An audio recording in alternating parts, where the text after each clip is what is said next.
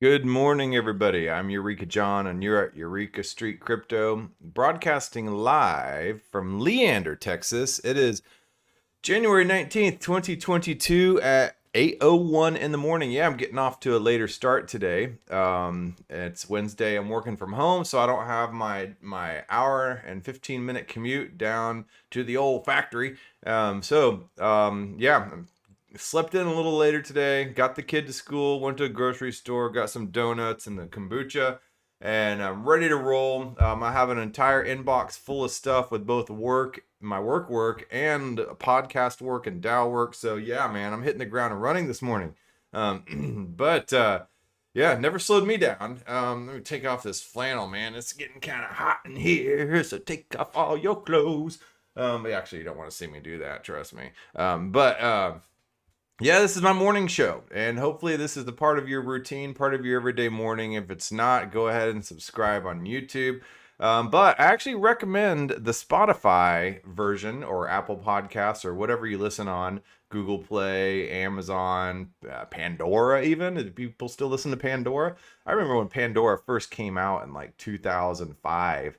I was living in Williamsburg, Brooklyn at the time, and Pandora was this brand new, radio station online, and that gave me the idea to want to form my own internet radio, which I did, starting back in about 2004, 2005. I bought a couple turntables and figured out a way to configure an internet connection and an RSS feed and everything like that to the internet. So I streamed my internet radio live.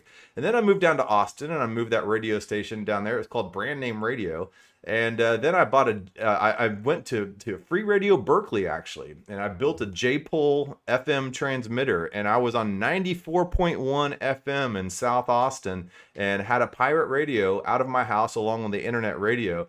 And I had a whole lot of fun with that, and I made it mobile, and I would take the whole computer setup to skateboard ramps and broadcast live from skate sessions and stuff like that. That was real fun, man. Those were the days. But then, I just, it started costing me quite a bit of money because BMI, SESAC, and ASCAP and all those royalty agencies, you had to buy the licensing to play crap like U2 and Metallica, even though I wasn't playing anything like U2 and Metallica. So I had to pay the piper. Austin Chronicle even wrote an article about it. Eventually, I just started diving into my own issues and stuff like that, and then the radio just kind of just crumbled to pieces. And I didn't do anything for about 10 years. And here I am now, broadcasting live once again on Eureka Street Crypto. And this is kind of my old resurrection. I've always been this type of person to do this type of stuff, even in high school. I had an underground newspaper, called it the Blunt Bureau, and where we just aired our grievances about the entire educational system. So, yeah. Oh, man. Yeah, you're always going to be one way, Some things may change a little bit, but, you'll always have certain tendencies that you kind of gravitate towards, and mine is like free expression, I guess. Anyway, so let's move on over here to this is not financial advice. This is not technical analysis. It's not educational material. Nothing on this channel is. It's just pure morning show entertainment. As you can tell, I'm probably influenced a lot by Shock Jock morning radio and, stuff like that. So let's go to CoinGecko here. I use CoinGecko instead of CoinMarketCap or CoinPaprika or CoinCodex or anything like that, because I just like CoinGecko because I think it's a cute little logo. And that's really the only rationale behind it, honestly. So let's see where we are. right now, I'm sure we'll start seeing a lot of social media influencers start dropping off. Things didn't quite turn out the way that they were predicting. All the technical analysis people with all their little graphs and everything like that. It's not quite working out the way that they might have predicted. I know that everybody and their dog was saying, oh, well, Bitcoin's definitely going to hit 75,000 by the end of 2021. Didn't happen. So that's why I don't make predictions, and that's why I don't get in that business of trying to flip the old flop and flop the old flip and sit here and stir the stick in the poop and try to see which way the wind's gonna go. No, I don't do that. I just kind of just look at what's going on in some cryptos, look at some cool projects, see what's happening, just find fun stuff. So anyway, Bitcoin's at $42,221.03. Ethereum is at $3,130.57. I don't know what's going to happen to them. I think that Bitcoin and Ethereum, are going to be just fine, through all this. But that's just like my opinion, man. So Binance Coin at 466.47. Tether and USDC right next to each other in the stablecoin land, kicking Cardano down a notch. Apparently there's some kind of like mini DEX or something coming out on Cardano. I don't know what happened to Sunday Swap either. I don't know if all that made it out of testnet land and actually made it to mainnet Cardano or not.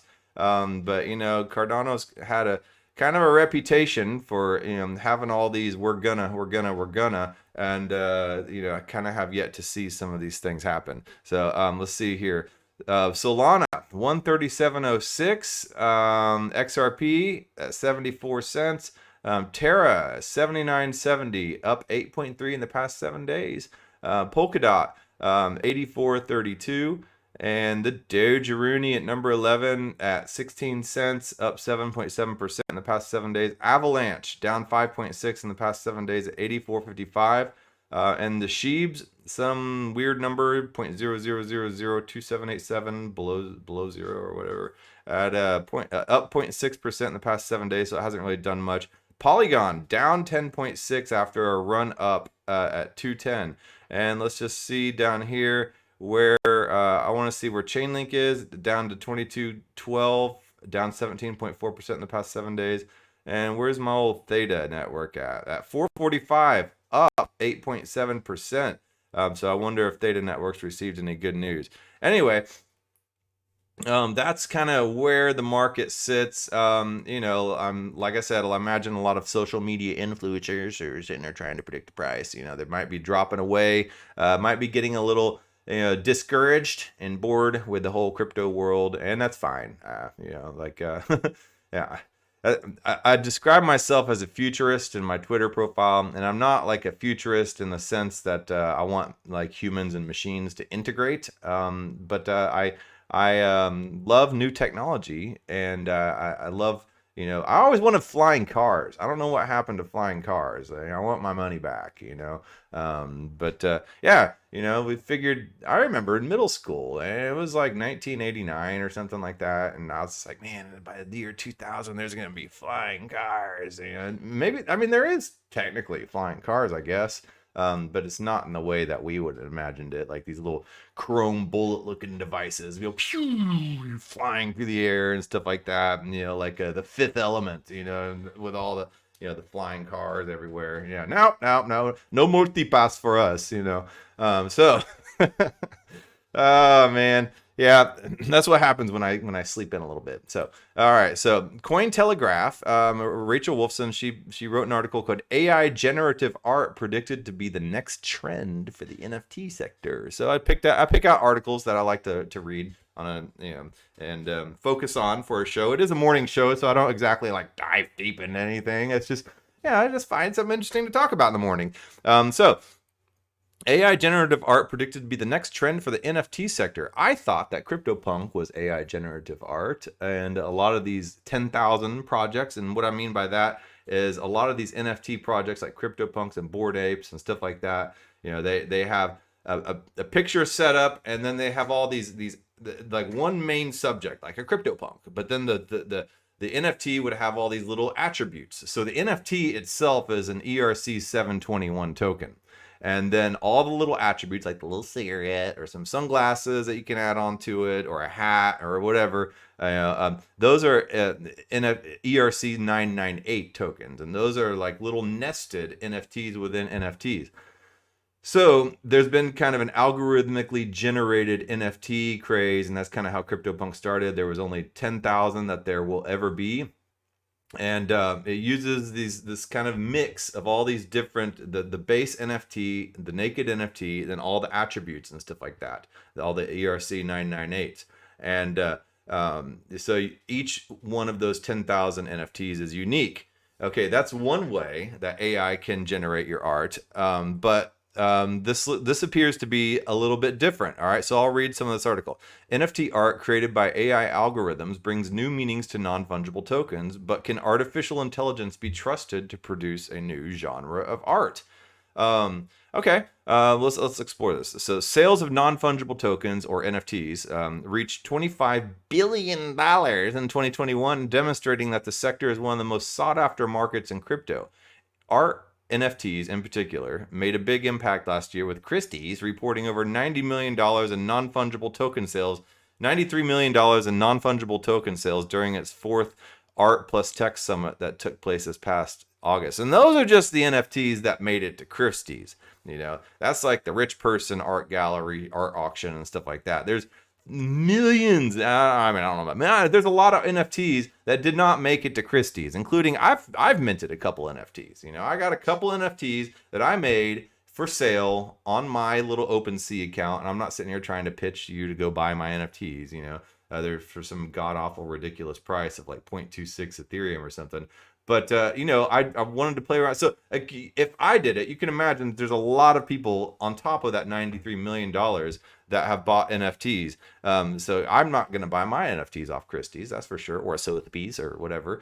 So while notable, much of the crypto art scene appears to be dominated by cartoons and memes, as projects like CryptoPunks and Bored Ape Yacht Club have taken center stage. And as I said, you know, the CryptoPunks and Bored Ape Yacht Clubs are along that category of the 10,000 with the base ERC 721 NFT and then all the ERC 998 attributes written into those.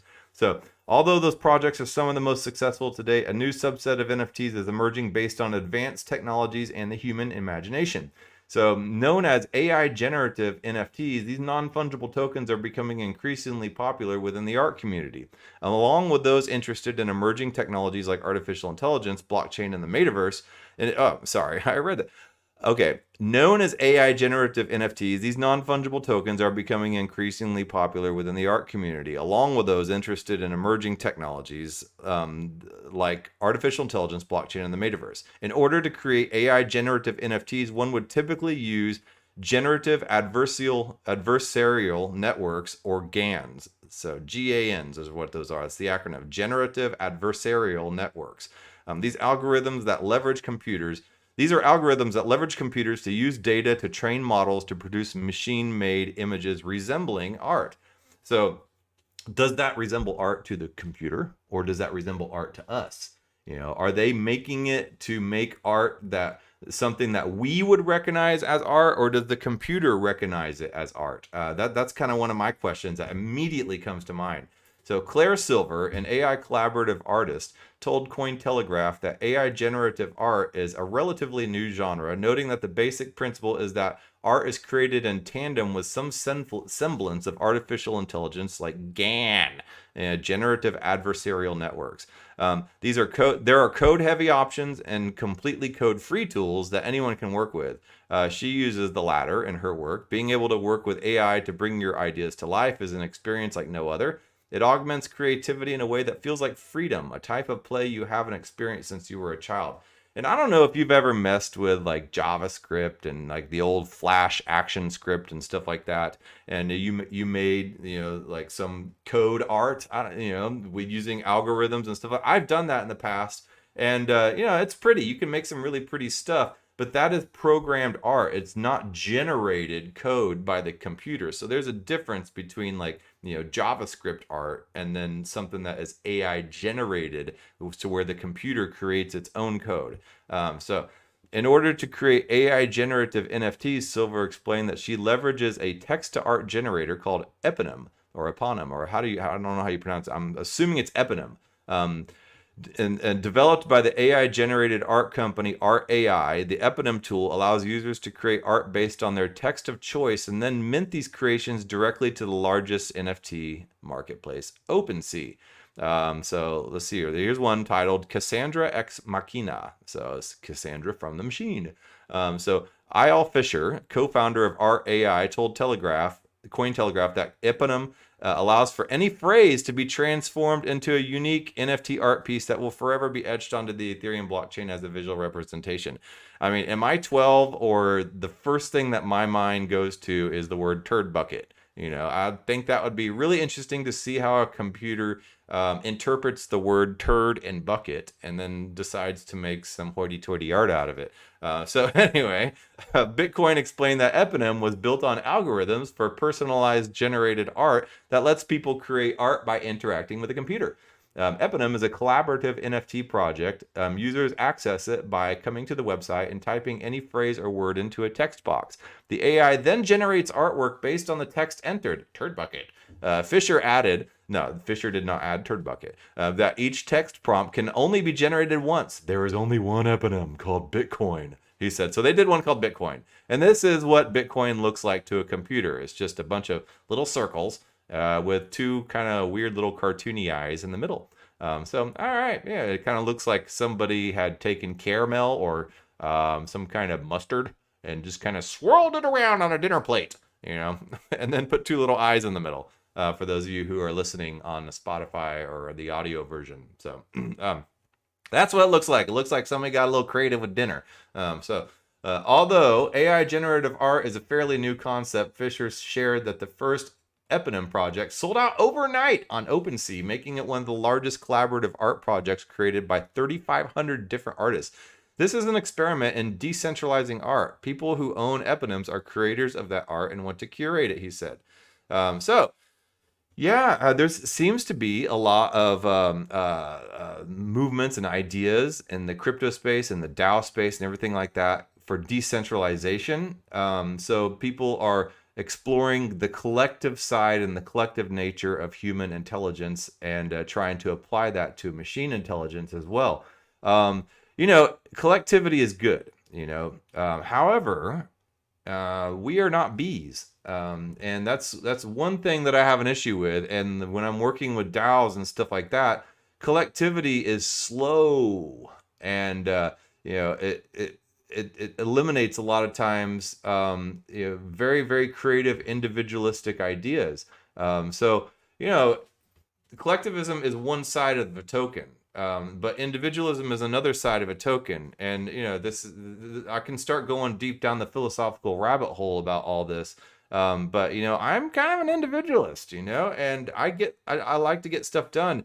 And a lot of times you find yourself at the risk of being a dictator to get stuff done. But there's some beauty in individualism. So a lot of times I see a lot of this stuff, and I don't want to forget the individualism and all of it. But anyway, I digress. While Eponym lets users create their own art NFTs, Metascapes is another project that was developed by 3 photographers looking to combine human expression with computer algorithms. Ryan Newburn, one of the photographers behind Metascapes, told Cointelegraph that the project consists of 3,333 rare AI-generated NFTs based on photographs taken across the world. They really like their threes. While Metascapes leverages AI algorithms to create nature-inspired NFTs, according to Newburn. The first Metascapes collection is planned to be minted by the end of this month or early February.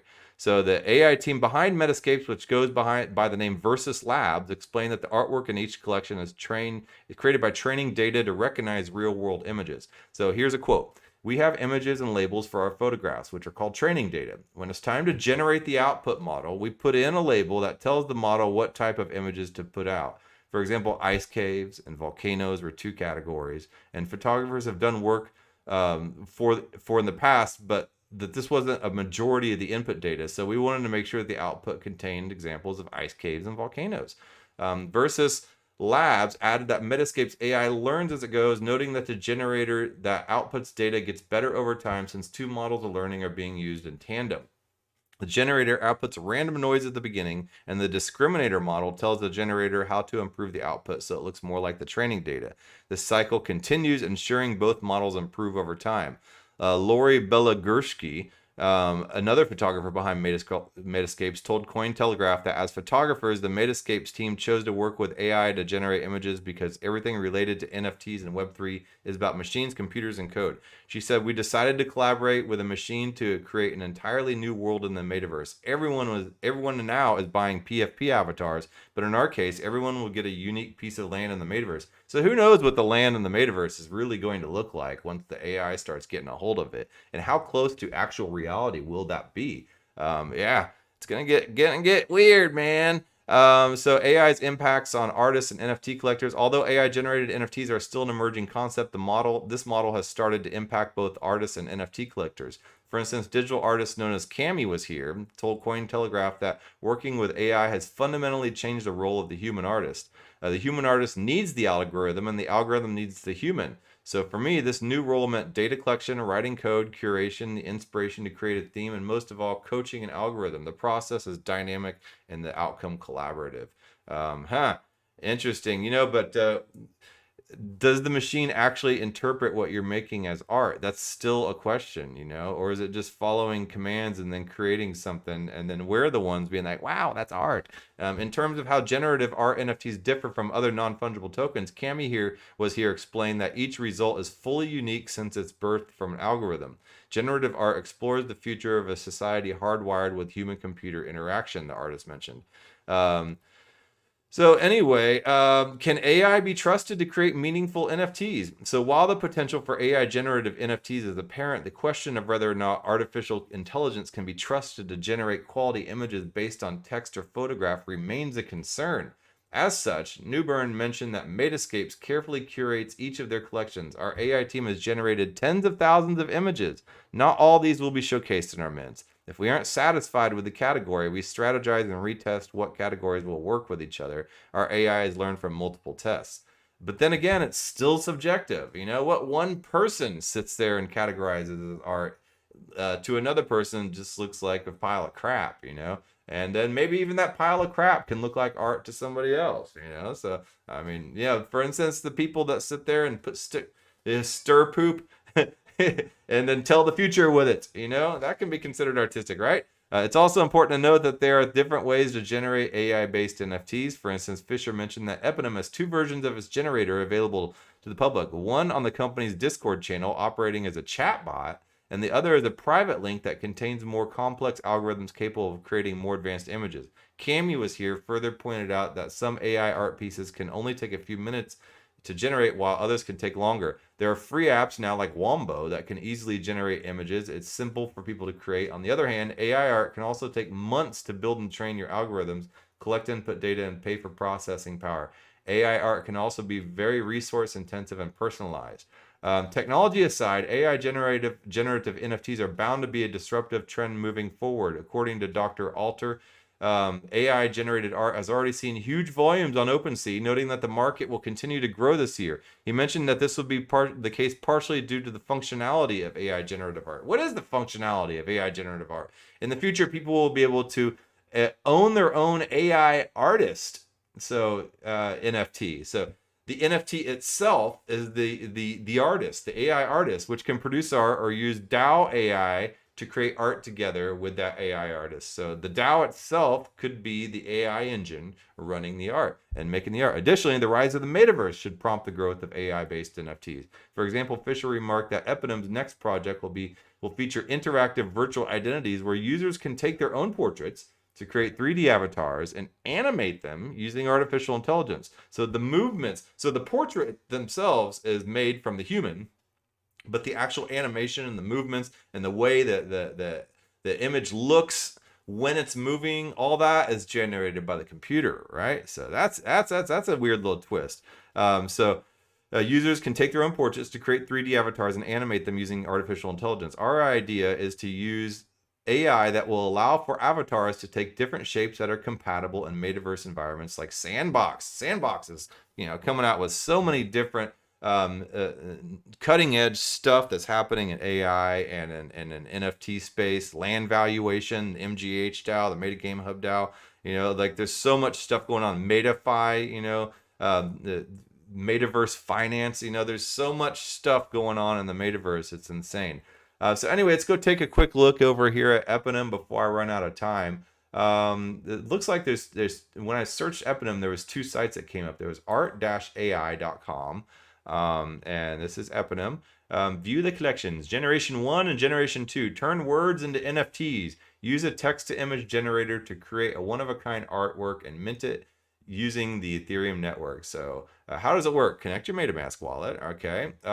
Type in a word or sentence or short text of your choice. Our algorithms will generate unique digital art based on your text. Repeat the process until you are happy with the results and get completely new designs each time you click generate art. Mint your artwork as an NFT. Once you mint your unique creation, no one else will be able to use the same text prompt to generate art with Eponym ever again. A link to your minted NFT will be presented to anyone trying to create a design using the same text. I mean, is this kind of like domain name squatting? Are people gonna start like using just typing in whatever phrase and trying to create generated art from it? I imagine my name John Miller is probably already used. So hell, I don't know. I'll find out. Art AI is the world's largest gallery of art generated art. Started in 2019, Cambridge. Is that Cambridge, England, or Cambridge, Massachusetts? We have developed the cutting edge of AI-generated art using our proprietary technology. Now you can guide our algorithms to make what you want. Okay, so these are the collections. Let's see here. I don't think it's open right now. Let's go to this other page that popped up when I did the search, and this is Eponym-art. Eponym.art-ai.com. Okay, so use a text-to-image generator to create one-of-a-kind artwork and mint it using the Ethereum network. Generation 2 minting is now closed. Okay, so Eponym Generation 2. You need to burn 2 Generation 1 Eponyms to mint a new Gen 2. And you can get them on OpenSea. So you can get the Generation 1 Eponyms on OpenSea. So Generation 2 will use an upgraded AI and allow more user control. Minting is now closed. So it looks like I missed that boat. So let's see what this NFT here looks like. I pressed play on it. Let's see if it's just taking a little bit to load. A low ad. Okay. Okay, so somebody sit there and did the phrase streets of Paris. Ooh. Why don't they do like the streets of Boise, It's always like Paris or London, like just pick some crap hole town, Not that Boise's a crap hole town. I've never been there, so I can't speak. All right, so how does it work? Connect MetaMask wallet, type any word or short text, mint your artwork as an NFT. Our vision, a fully decentralized AI art collection on the blockchain. Actually, I would like to see, some dumpy little town be created as art. Paris and London and New York, they get all the attention. What about like the average life and the average person, living in some crappy suburb outside of, some large city, Houston has a bunch of crappy suburbs around it, streets of Sugarland. Just be like Best Buy, it would be Bed Bath and Beyond, just some shopping center. And so anyway, Eponym is the world's largest collectively created NFT art collection. It is the results of the creativity and artist sensitivity of more than 3,000 collectors from around the world. In its essence, Eponym is the ultimate decentralized AI art collection. The combination of the minting interface and burning mechanisms makes the community members the exclusive creators, curators, and collectors of Eponage. Did they have a typo there? Yeah. So our values: the community will be the ultimate creator of the art. The community will decide the value of the art. Our collectors should be rewarded for helping us create this amazing project. New people should have a way to participate in this project in the future. We will always listen to the community and be available for communication. We will be transparent with the community and explain the rationale behind every decision we make. And swapping mechanism. Not all texts are equal. Not all designs are the same. We must destroy. We must rebuild. We must improve. The community will decide in bold.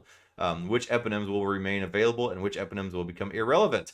It's up to you. See, that's the funny thing too, though, is time itself is a factor in art, because what a community might decide is irrelevant right now, later on might be amazing.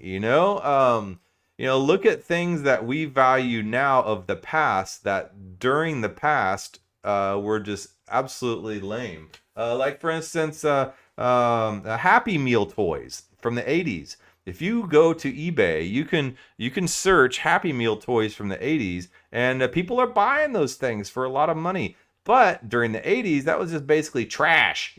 So yeah, time is a factor in here. So I don't think that any community or any one person or anything like that can really decide what is valuable and relevant and what deserves to go into this incinerator. What might be offensive now as well might be completely valuable 30 years from now too, or trash now. So you never know. That's just my little 2 cents on it.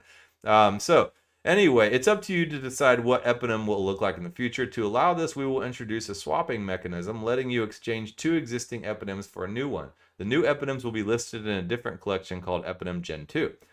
So I imagine the eponym Gen 1s will be worth a lot later on, especially, I'm sure that all the rich people are, sitting here jumping on the bandwagon with this. The exchange eponyms will be sent to a graveyard address. You'll be able to see the exchanged art, but it won't be tradable. This will be a constantly self-optimizing collection. Interesting. So, this is pretty cool, though. To add more value to owning an eponym, owners of eponyms can claim a 7K high-definition file of their eponym.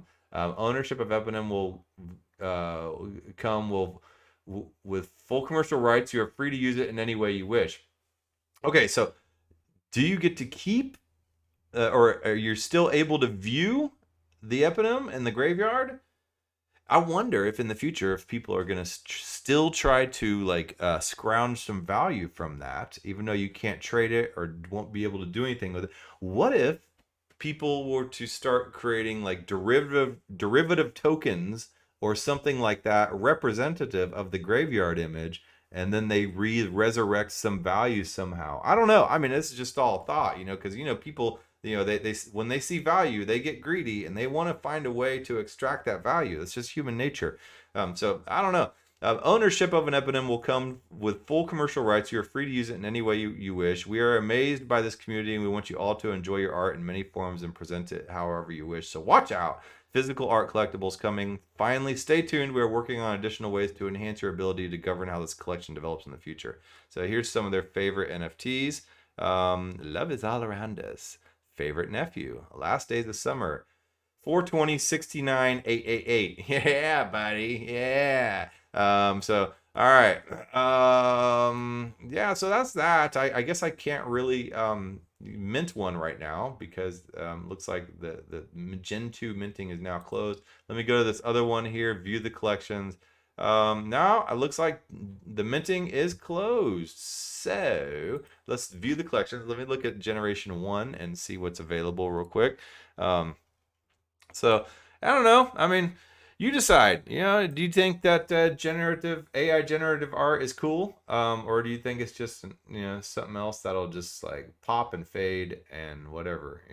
I'm sure all the rich people will find a way to find some value in it. A lot of people say, well, how come somebody justify paying millions of dollars for a CryptoPunk or a Bored Ape? I don't think it's necessarily a lot of times the art itself. It's the perks and it's the connections and it's the network that comes with saying you own one. All these celebrities aren't buying CryptoPunks and Bored Apes because they love the art. They're buying it so they can have social access to a lot of other people that have the same thing. And it opens a lot of doors for a lot of people, a lot of very wealthy people.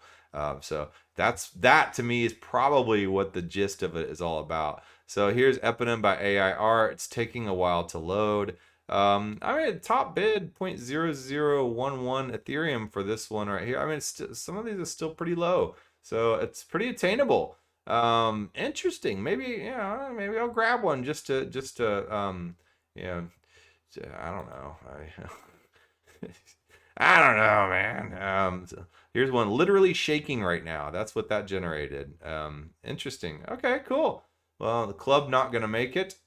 Stardust. A gaunt woman who wears a rawhide jacket. All right. ETH is ultrasound money. That's what that generated. Not what I would have expected it to be, but hey, it's the machine that interprets it, not a human being. Dead space. Buffet. You know, are they talking about Cracker Barrel, or they I don't know, Boo Boo and Pookie. Okay, so interesting. So does the machine look at these words and interpret these words in the same way that human beings do, or do they look at them as bytecode, ones and zeros, representing, for instance, like the letter A in bytecode is like 0 0 0 1 0 0 1 0 0. It's like 8 zeros and ones all together. Does the machine interpret letters and words like that, or does it like interpret an actual image, like some kind of archetypal image, like in the way that humans do to represent a word? I don't know. So I don't know. Anyway, so interesting. I just thought it was an interesting article. I like AI. I like all this interesting stuff. I'm not saying that I want to integrate humans with AI, and I don't want AI to ruin or run the world, for that matter. But it's fascinating to me. So I figured I would read this article today on today's episode. You never know what's going to happen on each episode daily. So what I'm going to talk about, what I'm going to choose to talk about. I ended up going 36 minutes. Damn it. All right. All right. I got to get on to some actual work today. My work and DAO work and podcast work. I got to work. I got to do stuff. All right. Well, I will talk to you guys later.